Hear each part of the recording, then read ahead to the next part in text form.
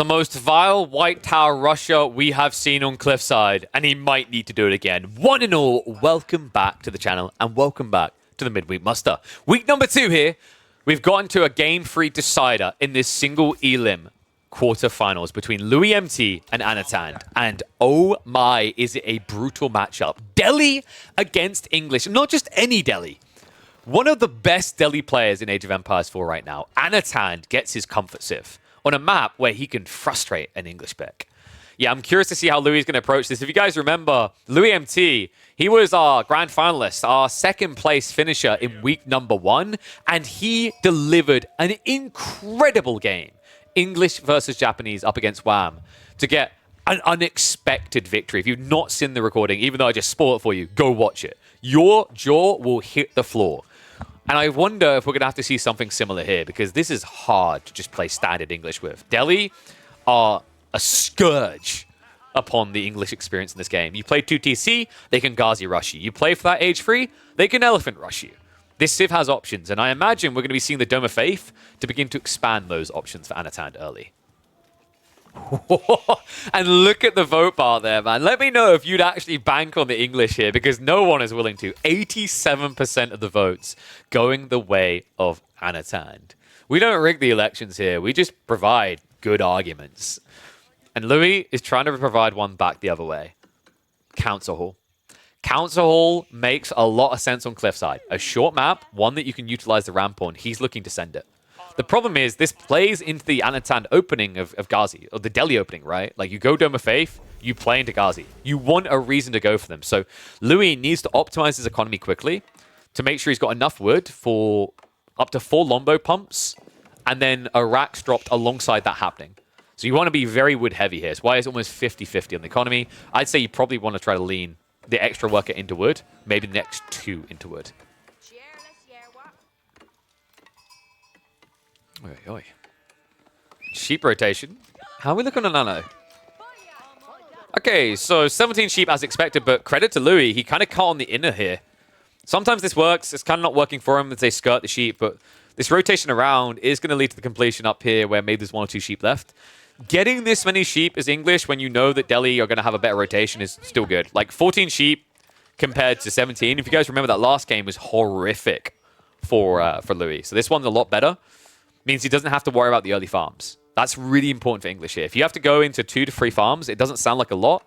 But remember what I said about the early wood. You need those initial lombos with 2 supporting spearmen optimally. You can't be off in your timing here.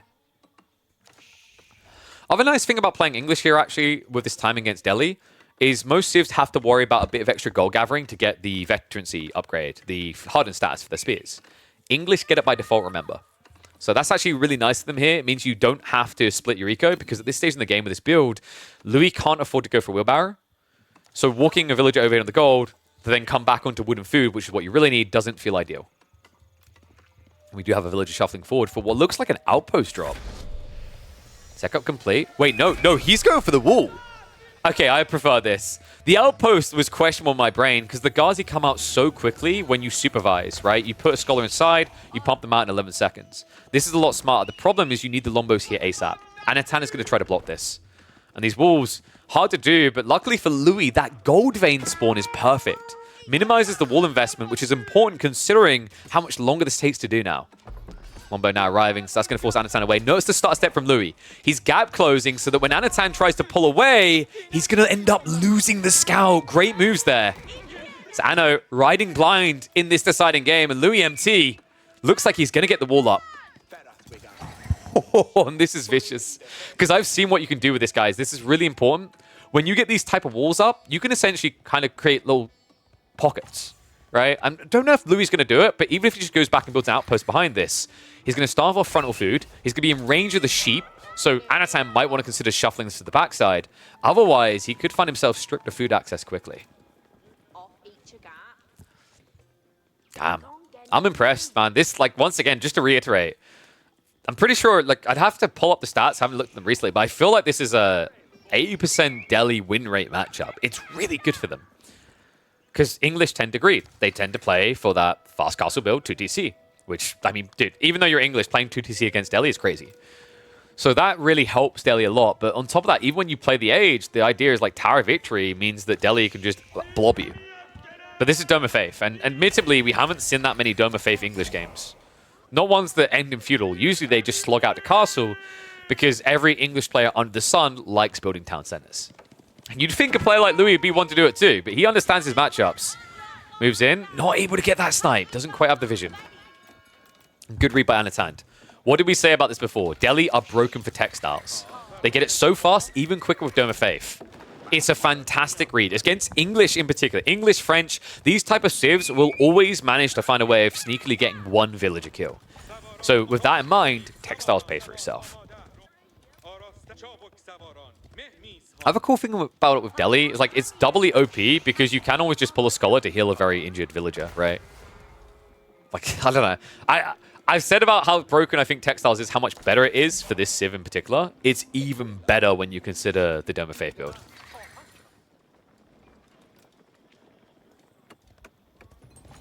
So Ghazi are going to be on a stand ground move on the north side here. We do have two trying to roam around. He hasn't got the undermesh though, so diving is difficult. In fact, he's just been pumping Ghazi. Yeah, there's no blacksmith play yet. Louis can get a really big edge here if he just preps that. It's like he's going to try to snipe the scout. We were to get it, but the spearmen do get a bit of counterattack in here.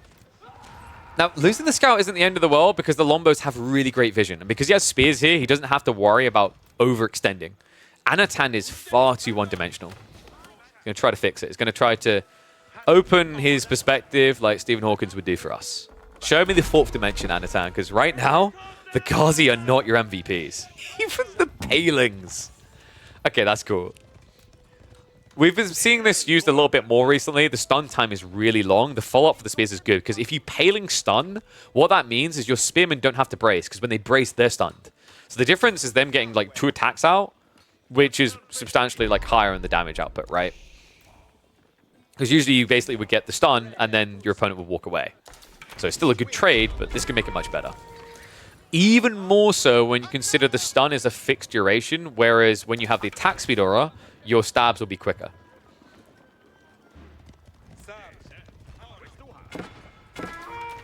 Still, Anatan trying to fish for it. Hey, oh, that's not how Palings work!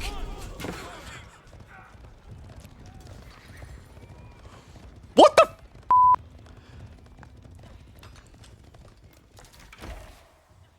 When will Palings ever be fixed?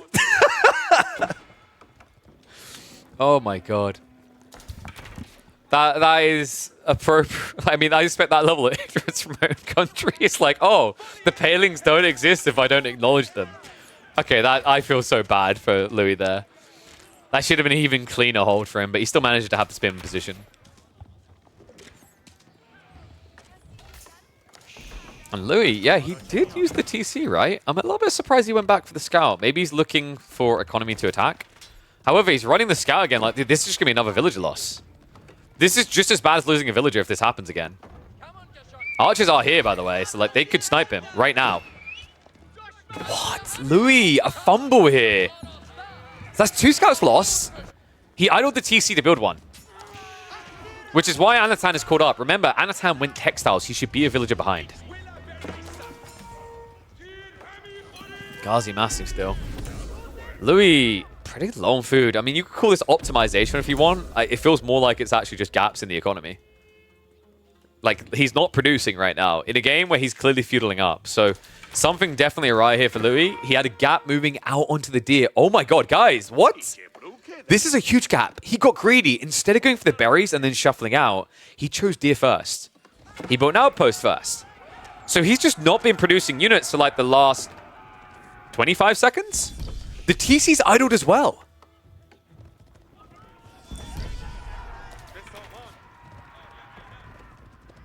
In a game where this matchup should usually favor Delhi, those type of details begin as centimeters, turn into miles of difference. Yes, to confuse people, I used 2 different metric systems. I mean, you can see it now. Eco lead to Anatan. Farms are at least coming in, so that's going to inflate Louis a little bit. I mean, realistically, if his goal here is to reach castle, one villager gap shouldn't be too big of a deal. Because Anatan's taking a very defensive line. In fact, he's going up to 13 scholars. The scary part for me is this suggests we're both going to Castle Age. And he does have a lot of spears to deal with elephants. But tower elephants are kind of unsolved for here for Louis.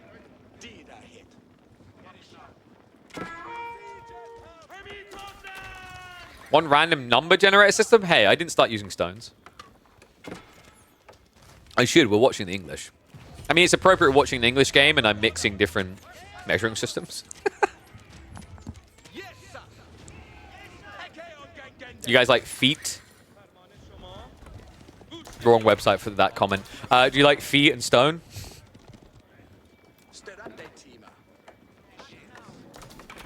Undermesh coming, man. It's a big deal just to undermesh alone. I'm actually really impressed by Anatan's surge into archers here. If you blob enough archers, it actually does counter everything Louis is doing. We don't have a forward outpost. Not really. Like, this is not in the face of your opponent, so you're at risk of taking a bad fight. And wait, the gate wasn't finished off, but was this a bait? Because it feels like a potential overextension from Louis. Archers are going to move in now. In the meantime, Ghazi are raiding, as their name would suggest, onto the farm. So Louis, a little bit slow on the pull away. Villagers not shuffling fast enough here. Doesn't find the second kill, but turns around on them. The short bows are not going to defend him here. Not with the undermesh there. He realizes it a little bit too late. So Louis somehow minimizing the casualties just down to 1. In the meantime, though, the Lombos, they haven't been able to find the tree line. So no counterattack, no real damage done in return. Also, he might still find more. Ghazi Raiders not able to get it, though. Just enough villagers out here to be safe in the outpost. I do not know how Louis only lost 1 villager to that. That is insane. He doesn't have textiles, right? Oh, sorry, yeah, he went in for it. So that explains, like, the Ghazi still, though, twice so close to getting the kill. But this is the difference it makes having the blacksmiths earlier, right? Actually, I'm pretty sure, like, mapping it out quickly in my brain, the bloomery would have been the difference between no worker kills and 2 more worker kills. At which point, you're at a noteworthy economy lead. Quality of army is becoming a bit of a problem for Anno. Don't be deceived, folks. This is not Tower Victory archers. So if this outpost goes up, this is quite a difficult fight for Anatan to take. Even more so if Louis baits him. So if he takes a fight here, Louis can actually stutter back into the palisade, and then you just trade poorly as the Delhi. All right, 1's if you think this game's going to end in feudal, 2 if we're going castle. Because it feels like we're never getting out of H2 here. Not until we reach 200 pop. And that's going to be difficult to do. Has to back away. Louis, wait, where are you going? Oh, that's a freebie. A small gap in the wall, but the Ghazi are already hunting, so villager not getting away. Louis MT now going to be 4, make that almost 5 villagers behind Anatan.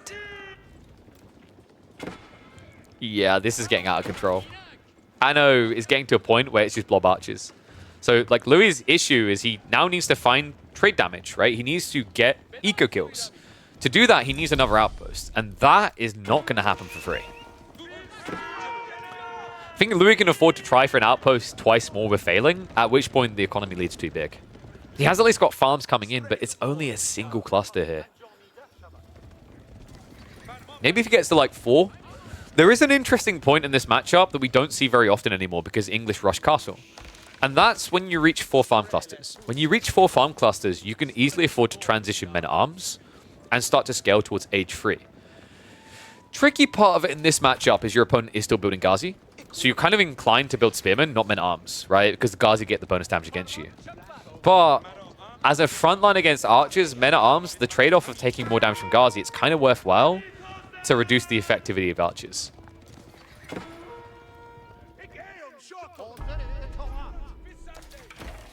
Sacred Site's now starting to be captured. I mean, reminder, this is a Dome of Faith build, and Anatan has had to wait 15 minutes to try for this.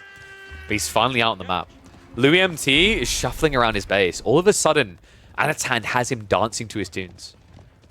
He could just creep castle from this now.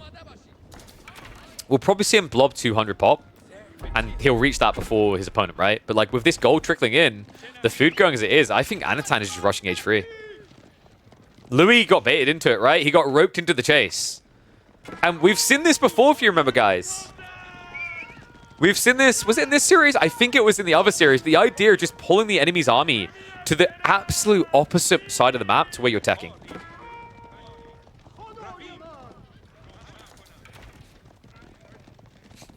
Fun fact, as a pro player, you can't micro deli archers without Tower of Victory anymore. Did you get too used to the starter step? Yo, Killjadi, be honest. Have you figured out how to optimally micro gilded archers yet? I said I don't know if it's even possible. You have to A-click so often to starter step them. It almost just doesn't feel worth it. But yeah, it's kind of a weird feeling. Like, Tower of Victory has been meta for so long, so archers feel weird now. Lombos, you've just always kind of been used to it. Playing with and without the aura. So raids are coming in. Anatan is still trying to distract, but we have got an all-in push here. Louis needs to go. Because Anno is almost ready to trigger that tech up. Ghazi raid comes in again. Villagers try to defend themselves, but I mean, the amount of time it takes to fight back, you're allowing the gap close here. Spinman at least arriving. More villagers have been pinched, though. That is now, what, 7 villager lead. Meantime, he's going to try to march into the base. Mass archers are here to defend. Lombo count is mostly all here. Louis, a little bit hesitant to go any deeper, though. He knows the Ghazi are on the way home. The mass isn't big. In theory, this is the point to go for Louis. He doesn't seem to sense the impeding tech up. Oh, sorry, imminent words today. I'm going to try to dive now, but if the tech comes through, the Skull State garrisoned, archers get veterancy very fast here, folks. I do not like the look of this. Even things like this, like Wedge Rivet's taking 2 minutes. Louis would not even be able to get Castlage in 2 minutes. He's going to have to dive. Like, if he backs off, Anatan has control of this game fully. Moment of truth. Moment to dive. Tech up comes down. He starts to head in. Veterancy 50 seconds away for Anno. Lombos are a slow-moving army. He can delay this. So vacates the base. Villagers are running back. Louis could be in for a come to papa moment here, but Anatan quickly recalibrates. Shuffles east. Villagers having to move even further away. Veterancy just 30 seconds out, and I think Louis knows. He knows the timing is coming here. The hesitation starts to set in. If Anatan is contesting you like this, it's for good reason. Veterancy just 23 seconds away. Ghazi buying enough time here. If it's just the archers upgraded, it's going to be good enough to hold. 38 of them versus 34 Lombos. Louis waning, weakening in this push. And Anatan patiently able to hold it back. Louis, in what feels like an unwinnable matchup, tried for the unthinkable. He came so close. But that scout, that tower, that trickle of an eco lead, the clutch read by Anatan to get textiles to offset that timing, has given him the small details he needs to get the big win. Yeah, this game is now over. Veterancy on archers, the short route to chase here. The only upside for Louis is the fact that there is a palisade in the way, but that won't last long. Men-at-arms are coming. Lancers are on the way. Louis MT would need 2 more minutes plus to age up, and it would have to be a white tower, which is a damning factor in this game now that your opponent has relics, sacred sites, and is already age-free. Damn cool game, though. Really elegant dance we saw here. Anatan was in a pretty tricky bind there. The Ghazi raids just doing what they always do, though, right? Not able to initially find the hit, but once you start to see some chinks in the armor, once you wait late enough, with the way you have to play the strategy for English, you can't farm boom. You have to go onto resources. It was a great read by Anatan to understand that. And against Louis, a player who is infamous for not building farms until age 4 often, a great read to keep Anatan alive and to boot one of our grand finalists from week 1 out in the round of 8. Damn. Really cool series between these two. A really tight one. Honestly, like these two players, the way they've been playing, either one of them could have been in the grand finals. It's kind of a shame we don't have a double elim. Maybe that's something to improve upon after our 30 weeks if the experiment of the midweek muster proves successful. But let me know what you guys think. Let me know what you think about the tournament. Let me know what you thought about this match, this entire series between these two. And I'll catch you all in the next chapter.